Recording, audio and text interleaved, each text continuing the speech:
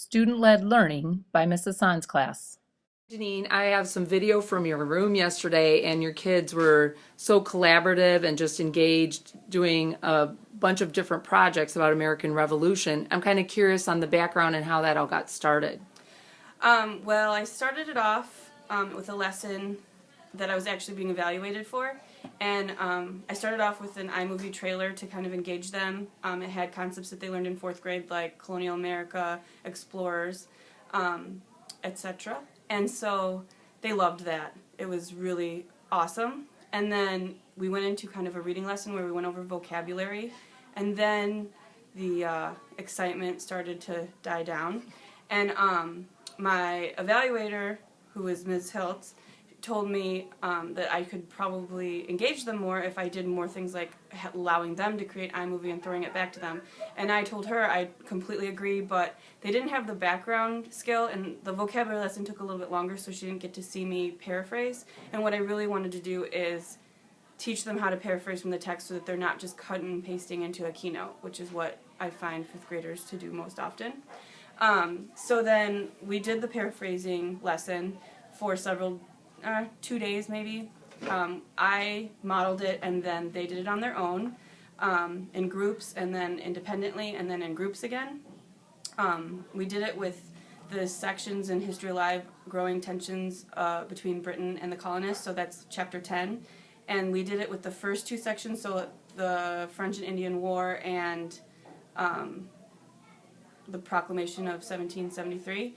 And my teammate, Amy Pinsky, gave me a pretty simple worksheet that has like paragraph, what are you paraphrasing, and then your reflection, what do you think about that? And we really just took it paragraph by paragraph, modeling, and then them doing it on their own.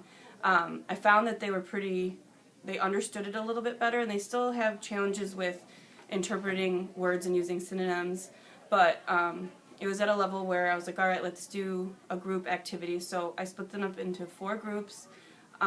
They worked to research the rest of Chapter 10, which is the Boston Massacre, the Boston Tea Party, the Quartering Act, and the Stamp Act, and the Intolerable Acts. I had some of my gifted kids do 2 presentations, so they took care of the last one. And then they could do whatever they want. So I told them a Prezi, an iMovie, a keynote, a Google presentation, whatever they chose. They almost all chose Google presentation, except for one group chose iMovie.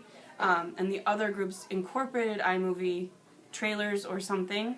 We really had to talk about what's appropriate, are we just playing in iMovie, or is this really meaningful, and are we going to teach our classmates something? I also required a quiz. I wanted to make sure that the other students understood the other parts of the chapter that they weren't presenting on. So they all chose on their own to create Mimeo quizzes, and I got the clickers. So we're actually presenting later today, so we'll see how it all goes. I'm a little nervous with all the technology that something's going to glitch, but you know, that happens. What can you do?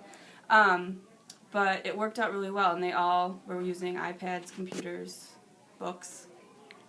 And you'll see the movie clips following this interview. Thanks, Janine. No problem. Here we are in Ms. Hassan's classroom. Let's see what's happening. What are you guys doing? We're doing our presentation. Yes, exactly. Why do you have both an iPad and a computer? Because one has iMovie, so we could. And what are you working on the iPad? I'm just gonna go check if there's any spelling mistakes. Oh. And I'm logging off of my iPad so I can fix the spelling on our quiz that we're doing. What is the quiz? What's the quiz about? So to make sure that they were listening to our presentation on the Boston Tea Party, so we know that they're listening and that they learn. Terrific. So you're going to use this case over here of clickers to quiz them, huh? Yes. Cool. What are you doing, Eric? Stamp deck. What? The stamp deck. You're working on the Stamp Act. Okay, great.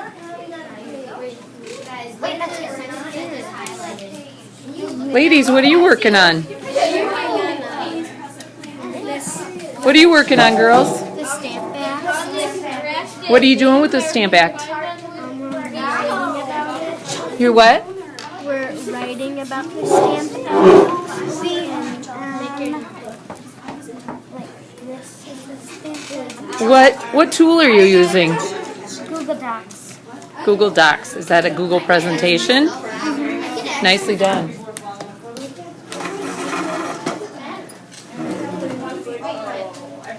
What are you folks doing over here?